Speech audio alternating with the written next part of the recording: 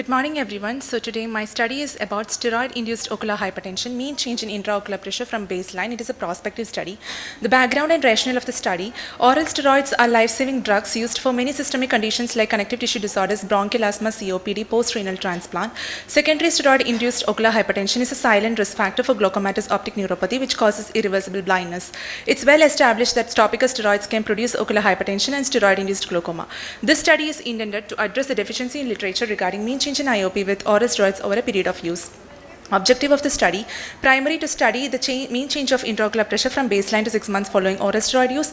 Secondary, to assess the type of responders based on IOP response to steroids and classify them into high, moderate and low responders, and to compare the type of steroid response with duration of use and dosage of steroid. Materials and methods. The study design was a prospective study. Study period was from September 2020 to May 2022.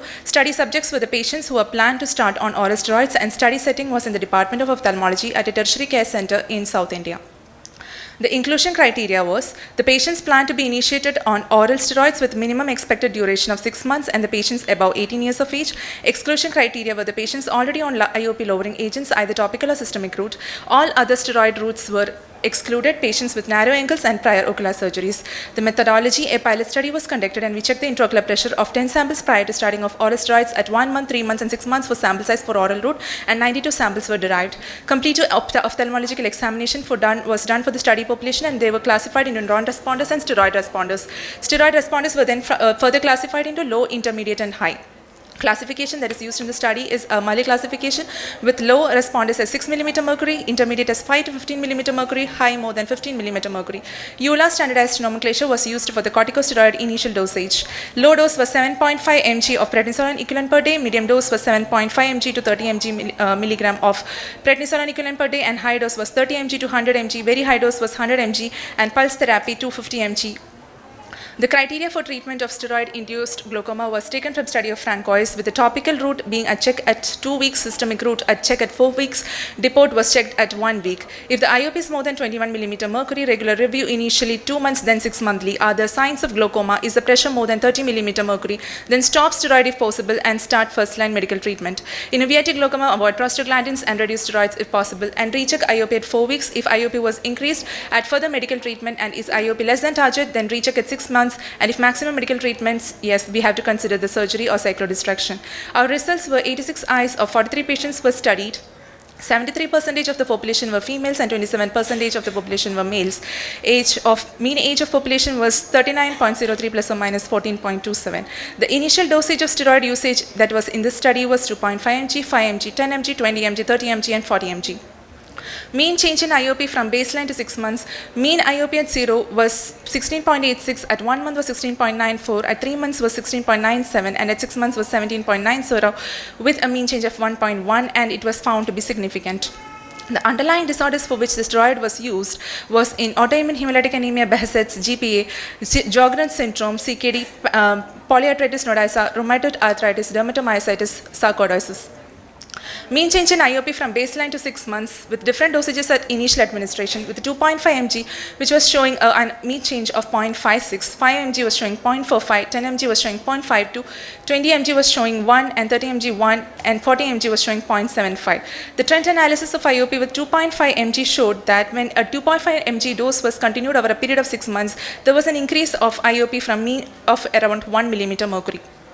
With 10 mg dose showed that over a period of time, when it was reduced to 2.5 mg, there was a decline in the IOP. With the 20 mg dose also, we made a similar observation, and with the 30 mg, the dosage was considered in one patient of post-renal transplant, and he was continued on 5 mg, there was an increase in IOP to 1 mm mercury. With the 40 mg dose, which was further declined to 2.5 mg, showed a decline in IOP.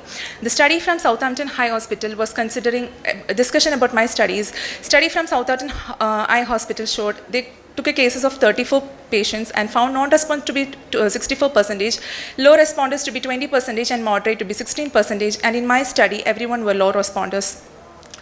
In an article that is published on Canada Journal of Ophthalmology, studied a group of 3 patients with connective disorders with low-dose steroids and without steroids, and healthy individuals. And they found that there was no difference in IOP over a period of 6 months when low-dose steroids were given. Our observations, there was statistical significance in mean change in IOP from baseline to 6 months. It showed that there was no much change in mean IOP with oral steroids, and it is safe for administration provided a close follow-up is done to ensure that patient is monitored for IOP, gonioscopy and disc changes. The limitations of a study were that due to COVID pandemic, there were lost follow-up and data deficiency. Duration of study was restricted to 6 months, and we suggest a cross-sectional study with more samples and longer duration will provide more information regarding effect of oral steroids on IOP. These are my references. Thank you. Would you like to use the term ocular hypertension for steroid induced, or is it glaucoma itself? Steroid induced ocular hypertension, ma'am. With the disc changes, we will say glaucoma. It is a broad spectrum term. Okay. And what is the dose? Is there a relation between the dose of steroid and the onset of steroid-induced glaucoma? In my study, I couldn't find any connection with that, ma'am. But in my study, the patients who were started off an initial dosage of 40 mg, and when they were reduced, over a period of time, they are not on the same dose. They are reduced to 30 mg, then in the next follow-up, they are reduced to 5 mg and 2.5 mg. We found a further decrease in the IOP early. But if it is going to be continued in a very high dose, then yes, there will be an increase in IOP. Which topical steroid you studied? Not topical, I only studied on systemic route. Systemic, okay. How many of them had ocular involvement due to underlying disease?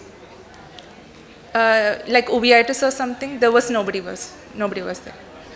Because I was excluding the people with topical steroid usage also. My study only included oral steroids. Okay, then now, why were they referred to ophthalmology? Basically because they started on systemic steroids and they want to know if there is any ocular involvement also. Ocular involvement. And in your conclusion, you said follow-up with the IOP, gonio and disc changes. Yes, ma'am. What do you expect to see in the gonio on follow-up?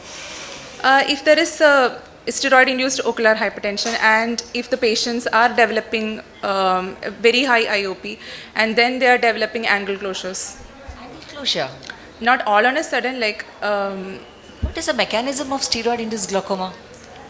There are different mechanisms, ma'am, in that it is depending upon the receptors that are there in the trabecular meshwork. The response to them is high.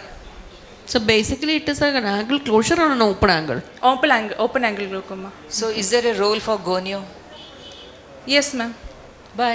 Because I can exclude the patients who are coming with closed angles. I don't know if the patients already had an underlying glaucoma. Then will you contribute it to the steroid? No, it won't contribute to steroid.